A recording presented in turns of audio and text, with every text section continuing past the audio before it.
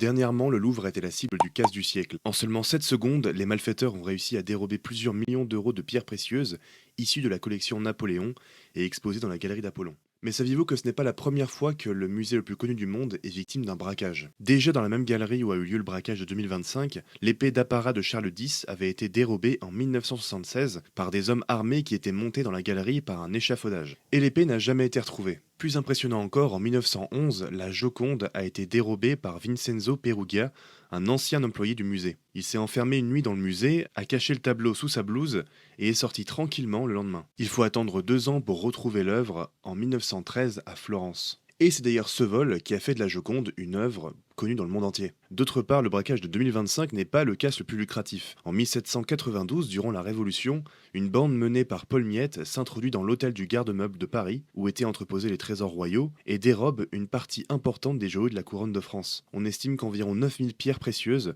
soit l'équivalent de 7 tonnes d'or, ont été emportées. Ce qui correspond aujourd'hui à peu près un demi-milliard d'euros.